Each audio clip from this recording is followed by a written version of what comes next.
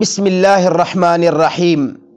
میرے محترم سامعین، عید الاضحیٰ جو بالکل ہمارے قریب ہے، اللہ رب العزت ہمیں اس عید کی خوشیاں 100% عطا فرمائے، اور ہمارے جتنے مظلوم بہن بھائی ہیں اللہ پاک انہیں بھی اس عید کی خوشیاں کامل طور پر عطا فرمائے۔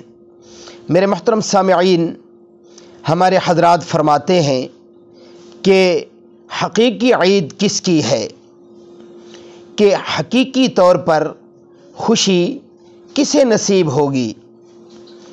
تو اس بارے میں فرماتے ہیں کہ عید اس کی نہیں جو نئے کپڑے پہن لے، بلکہ عید تو اس کی ہے جو وعید خوف سے پناہ میں رہے، یعنی اللہ رب العزت کا خوف اس کے سامنے ہو اور پھر اس خوف کو سامنے رکھ کر اپنے اللہ کی نافرمانی سے بچ جائے۔ فرماتے عید اس کی نہیں ہے جو خوشبو میں بسے، عید اس کی ہے جو توبہ کر کے پھرے۔ عید اس کی نہیں ہے جو دنیا کی زینت سے آراستہ ہو، بلکہ عید اس کی ہے جو توشہ تقوی اپنے ساتھ رکھے۔ عید اس کی نہیں ہے جو اعلیٰ سواریوں پر سواری کرے، بلکہ عید اس کی ہے جو گناہ کو چھوڑ دے، اللہ کی نافرمانی کو چھوڑ دے۔ عید اس کی نہیں ہے جو اعلیٰ بچھونوں قلینوں پر بیٹھے سوئے، بلکہ عید تو اس کی ہے جو پل صراط سے گزر جانے کی فکر کرے۔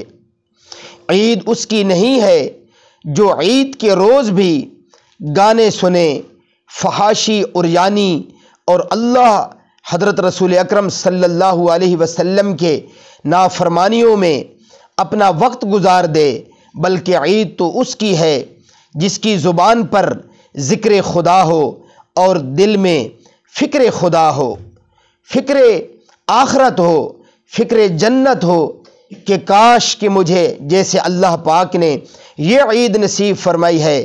اور پھر جو حقیقی عید ہے، یعنی جو ہمیشہ ہمیشہ کی کامیابی ہے، آخرت کی کامیابی ہے، اعمال نامے کا دائیں ہاتھ میں ملنا ہے، گناہوں کے چھوڑنے پر جو خوشی ہے، اللہ پاک مجھے وہ بھی نصیب فرما دے۔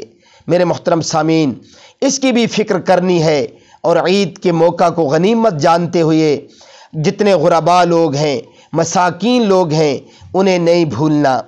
کتنے ایسے لوگ ہیں جنہیں سارا سال نئے کپڑے پہننے کی توفیق ہی نہیں ہوتی، اور سارا سال گوشت کھانے کی توفیق ہی نہیں ہوتی۔